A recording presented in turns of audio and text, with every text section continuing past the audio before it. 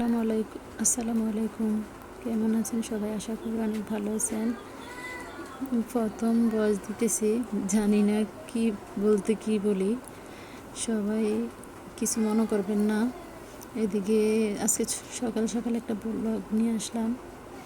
এদিকে আমি মাছ ভাজা বসে দিছি, লার্কি চুলা আগুন ধরে তো অনেক কষ্ট, বৃষ্টি হতেছে।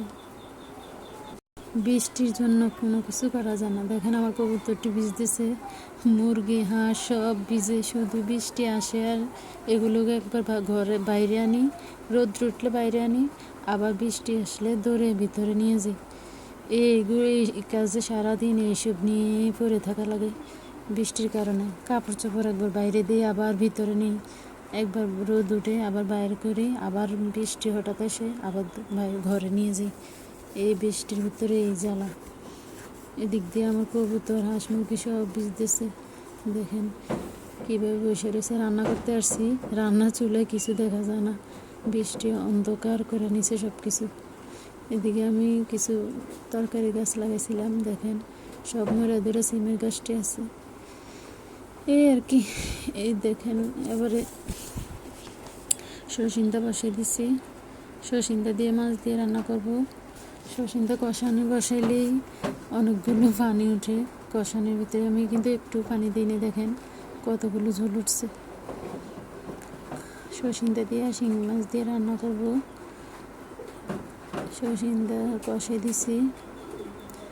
এদিক দিয়ে আগুন প্রথম তো ধরেই না, তারপর দেখেন কত কিছু দিয়ে আগুন ধরেছে। এখন কত সুন্দর আগুন জ্বলতেছে। প্রথম আগুন ধরায় তো অনেক কষ্ট, বৃষ্টি তো চুলা ভিজে থাকে অনেক, লার্কি চুলা তো, আমরা তো গ্রামের মানুষ, তাই অনেক কষ্ট হয় রান্না করতে বৃষ্টির দিন।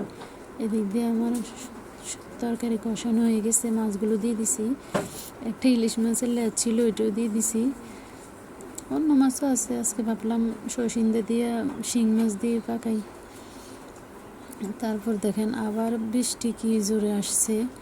রান্না করতে বসছি পাকের ঘরে, আর ওই ঘরে আর যেতে পারি না, এই ঘর থেকে ওই ঘরে যেতে পারি না বৃষ্টির জন্য। এদিক দিয়ে মেয়ে আসছে, মেয়ের স্কুলে ডাকছে, অভিভাবকদেরকে সমাবেশ আছে। মেয়ে বলছে তুমি না গেলে বাবাকে পাঠাও। ওর বাবাকে তো বলছে, ওর বাবা যাবে না, লজ্জা করে, এজন্য যাবে না। তা আমি রান্না শেষ করে যাব। রান্না শেষ করতে 12টা বেজে যাবে। এদিক দিয়ে আমি কলমি শাক আগ থেকে সিদ্ধ করে রাখছি। একটা আলু দিয়েছিলাম কলমি শাকের সাথে, ভাবছি ভালো লাগবে, সিদ্ধ করে রাখছি। ওইগুলো ভিডিও করতে পারি নাই, এত কিছু ভিডিও করা সম্ভব হয় না বৃষ্টির কারণে। এটা করা লাগে, ওইটা করা লাগে। এদিক দিয়ে আমার মেয়ে ভিডিওটা কী করছে, মাঝখানে কী জানি একটা করে নিছে, কী জানি কাইটে গেছে ভিডিও। তারপরে আর কি কলমি শাক ভাজি হয়ে গেছে, আমার তরকারি রান্না শেষ। মাঝখান দিয়ে আর ভিডিও করলাম না, ভিডিওটা বড় হয়ে যাবে অনেক, আর সময় নাই, হাতে স্কিল যাওয়া লাগবে।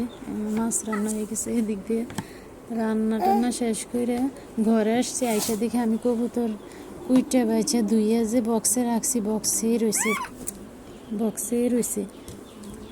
তারপরে আর কি করবো, গ্যাসে বসাই দিছি। মেয়ের বাবা বলে তুমি গ্যাসে বসাই দাও, আবার একটুটুক নিয়ে আবার লার্কি চুলা জ্বালাবে, আগুন ধরাইতে যে সমস্যা। তারপরে আর কি 2টা কবুতর বাচ্চা ছিল, একটা বিড়াল নিয়ে গেছে, বিড়ালের জন্য কবুতর বাচ্চা টিকাইতে পারি না।